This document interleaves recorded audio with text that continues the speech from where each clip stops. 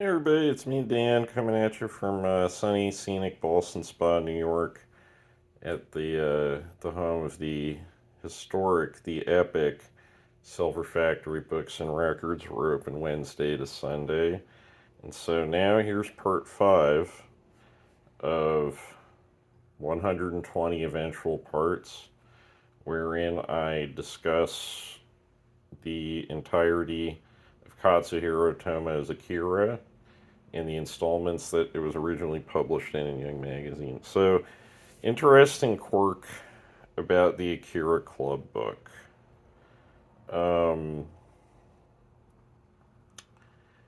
so the Young Magazine page. Let me just go grab a Young Magazine because, like, I keep talking about this. They're like 10 feet away. You've read most of this stuff before. This isn't. I mean, if you're like really worried about spoilers, apologies for the audio. I just had to step away for a second, but yeah, okay.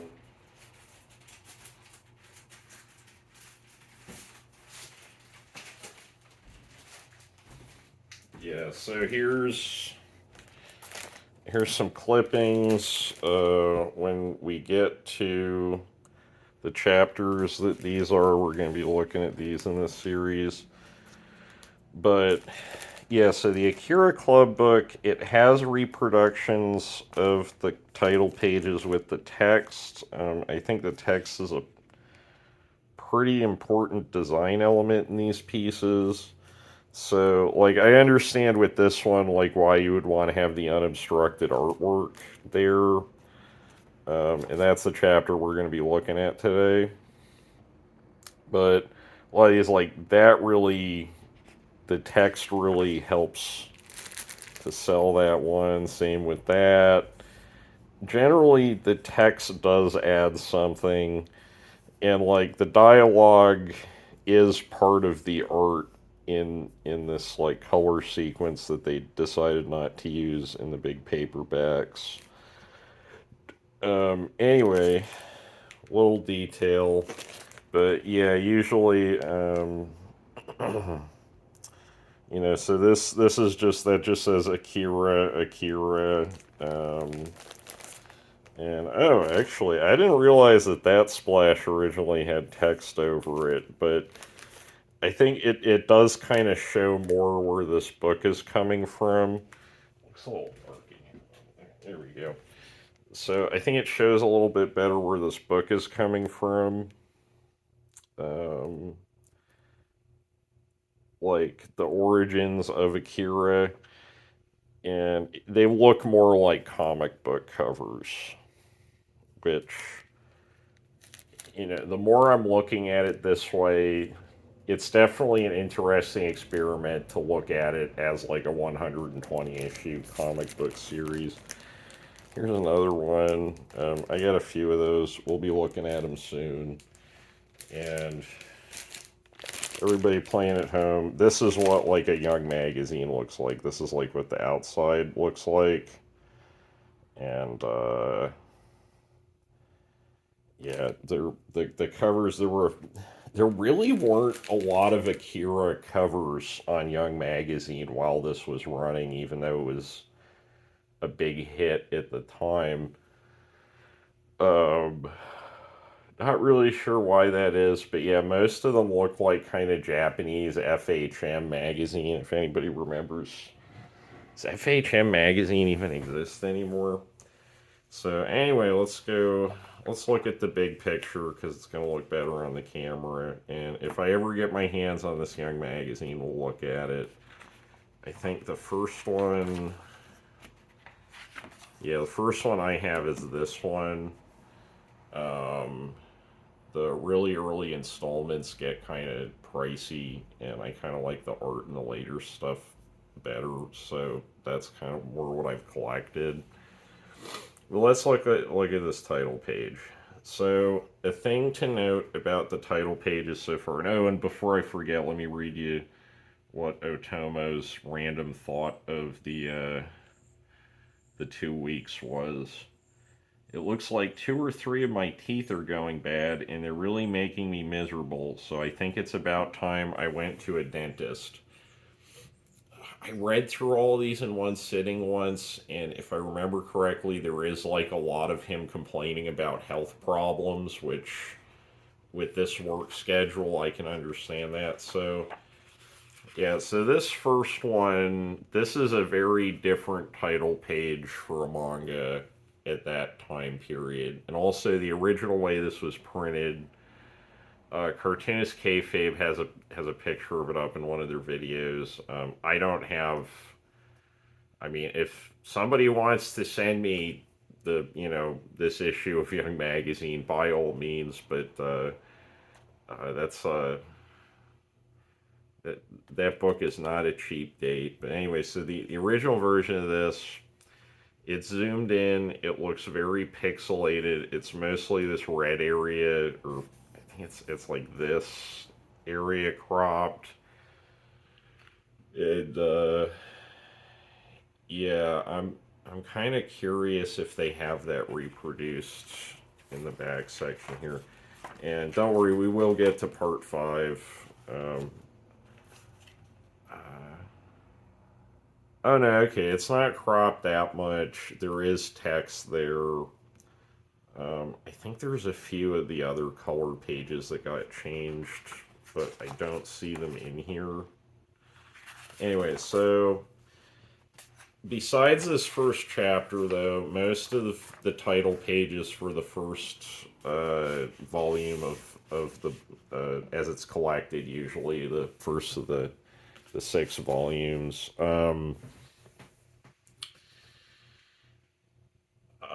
Most of these are pretty, I don't want to say standard, but they're closer to what you would expect in a manga title page in a magazine at that point in time. There's a lot of focus on, big shots of your main characters looking really cool. Like you're trying to sell people on these main characters. And in the earlier in the book it is, the more he does that. The later the book goes, the more abstract he gets with the title pages. And I think, generally speaking, for me at least, they get better as they go on. And I think it took him a couple tries to make Kaneda look cool in these title pages, like especially without the text. Without the text, this is just like some weird kid with his hand in his pockets, right? This is, you know, like this could be the cover of like I'm being mean right now, but like he hasn't figured out how to sell the character yet. I think this is getting a lot closer. He's got the face mostly figured out. I think anytime he does this loose marker thing, it just always works. Um, and he does it with 2 colors on this cover. And this would have been printed color glossy, but the rest of the installment would have been black and white in the original Young magazine. And presumably he did eventually get to a dentist.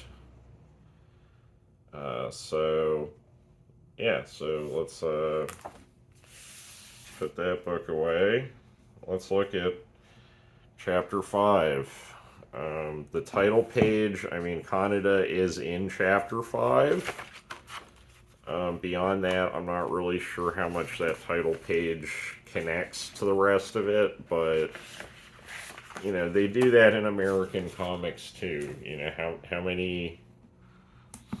How many Venom comics are there where it's like, here's a shot of Venom looking cool, but like, could I tell you what that book was about? Probably not. This tells me what the book is, I think, a lot better than the early title pages, but some of those later title pages are just masterful. And I think, like, really putting this under the microscope, I'm definitely making new discoveries all the time. So we were at it's the page. Masaru shows up with the pill. Okay, I got a ways to. I gotta buy some post-it notes. That's what I gotta do. So yeah, so here's the end of part 4. Page flip. Here's your splash for part 5. After that picture of Kaneda again with his hands in his pockets. That kid always has his hands in his pockets when the cover happens. He does have hands though. Like we do see hands, we see feet, and we see a particularly special hand in this episode. This is the first time we see the tattoos on the espers or the psychic. I'm just gonna call them psychics. I don't know if they're actually called espers at any point in this book. And they all have a number. And this guy is in like a custom tailored suit. Like, you know, this dude means business. Like honestly, he kind of has the one of the coolest designs out of any of the, you know, psychic kid, adult, blue people. Because in the movie he's blue. I don't know if we ever actually see him in color anywhere in the manga. I don't think. I mean, he's blue in the U.S. one, so that's I'll take it. And there's like a variation of this that's the cover of issue 2 of the Epic ones. I'll have to pull those out soon. So he's like, yeah, you can't live outside. Takashi just like really needs pills. And he just keeps like, a pill, give me a pill. Presumably it's the same pills that the kids were popping earlier. It's just like a much stronger version of it, right? Because, you know, Tetsuo feels better when he takes the street pills. They don't really go into a lot of, like, the whys and hows of the pills in the book, and I think that might be a smart move because, you know, this isn't a Warren Ellis comic. Even with Warren Ellis, it does start to get a little precocious after a certain point. Ryu's like, who's Akira? You know, and we're like really setting up like the reveal of Akira, right? And I think most people who've like never read this or seen the movie presume that. I think some people who have seen the movie actually presume that Kaneda is Akira. Kaneda is not Akira. We've got, you know, kind of a Zelda situation going on. And to be fair, until I was like 23, I thought that Link's name was Zelda. So, we all do that stuff sometimes anyway. So, Ryu knows the name of Akira. He thinks that Masaru is Akira. And we have the first meeting of the Colonel, Kei, Kaneda, and Ryu. And I think one of the last, like, I don't think Ryu really meets the Colonel a lot in the rest of the book. Although Kaneda and Kei run into him a lot. Okay, there's a Rob Liefeld joke somewhere in this panel, and I'm not gonna make it. Seems like a nice enough guy.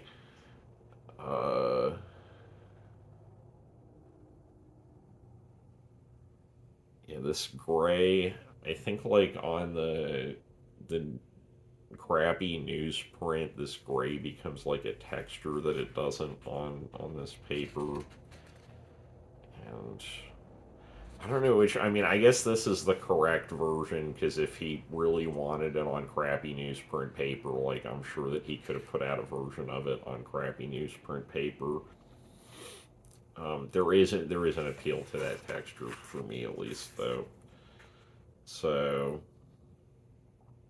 the Colonel has like sunlight shining behind him, which is wild because I think we've been in the nighttime this entire book so far.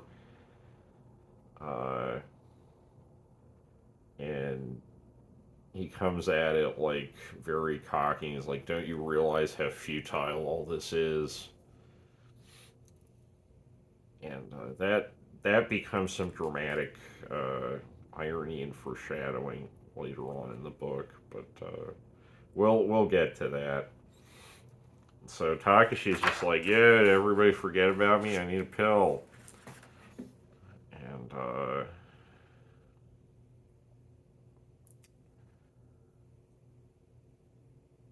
yeah, and he's surprised that they got that far in the sewer tunnels. And Kaneda decides that the smartest thing he can do right now is kick this little baby man and threaten to shoot him. This is definitely the Kaneda of the early part of the book. He is um,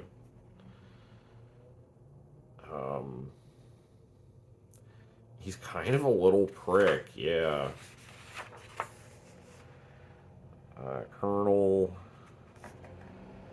and yeah, the Colonel just sort of like it takes him a few pages to lose his temper, but he finally does lose his temper, and I kind of don't blame him here, but makes for good comics. For some reason, this little creep's important to you. Um,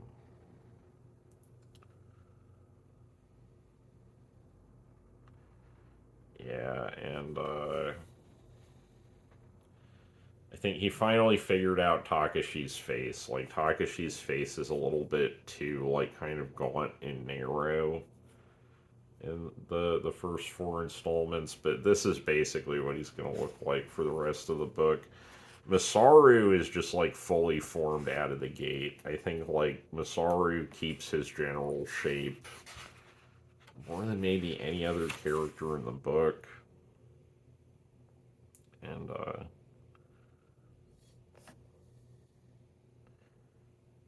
yeah, Ryu, yeah, it's looking more like like the first four installments of this. It's like the first season of The Simpsons, right?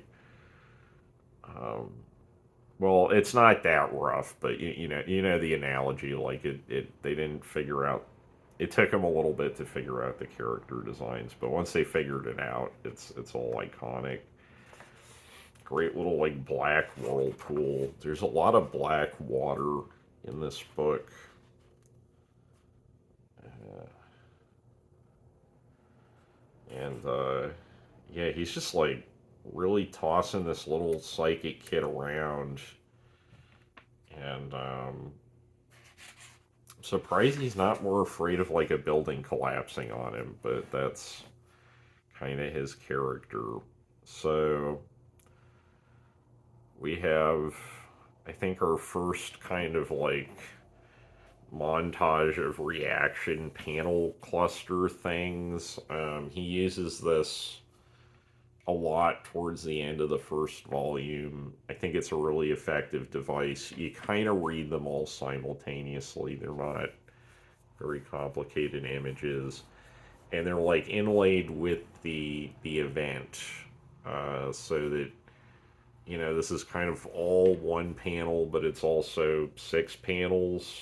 Um, it's very effective cartooning. And again, why draw a background when you can draw speed lines? He's I think before he got assistance, because I think the first volume, if anybody knows more about this, I don't think he really talks about this in interviews at all, but what was done by Otomo and what was done by assistants. I think it would be interesting to compare it. I do notice that earlier in the book, presumably when he wouldn't have had assistants, like there are a lot more of these kind of speed line backgrounds. But on the other hand, he's also drawn like that thing's wild.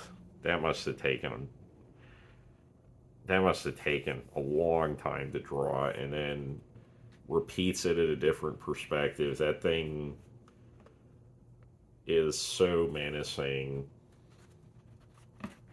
They're jumping, they're moving out of the way of rubble,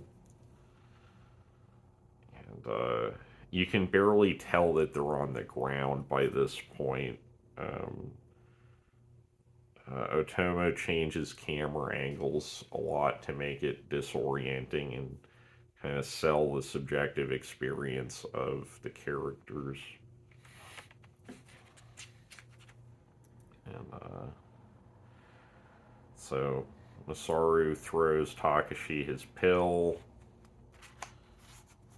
Um, and again, just a lot of like diagonals in the panels and in the this is like the comics equivalent of shaking the camera, right?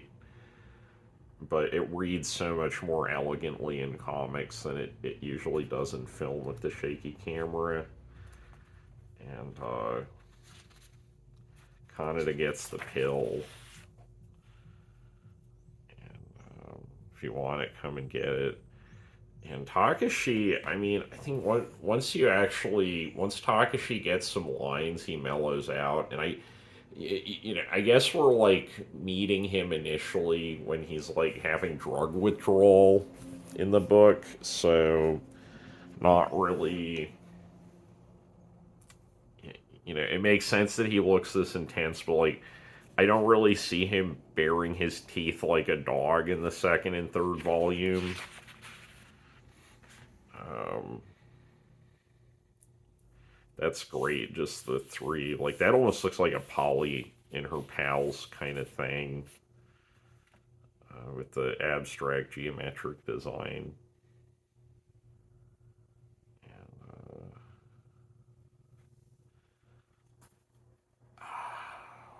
okay, so there's like a tank. There's people falling out of a building. This is a very busy panel. Um, but this like crater reads wonderfully. That is such a nice looking crater.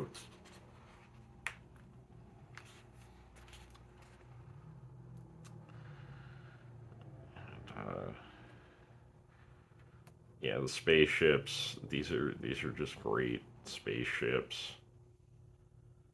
All those little extra lines and compartments and stuff. Like he really sells that it's a bunch of pieces of metal welded together. And also like the size and the scale of it using like perspective here. Uh,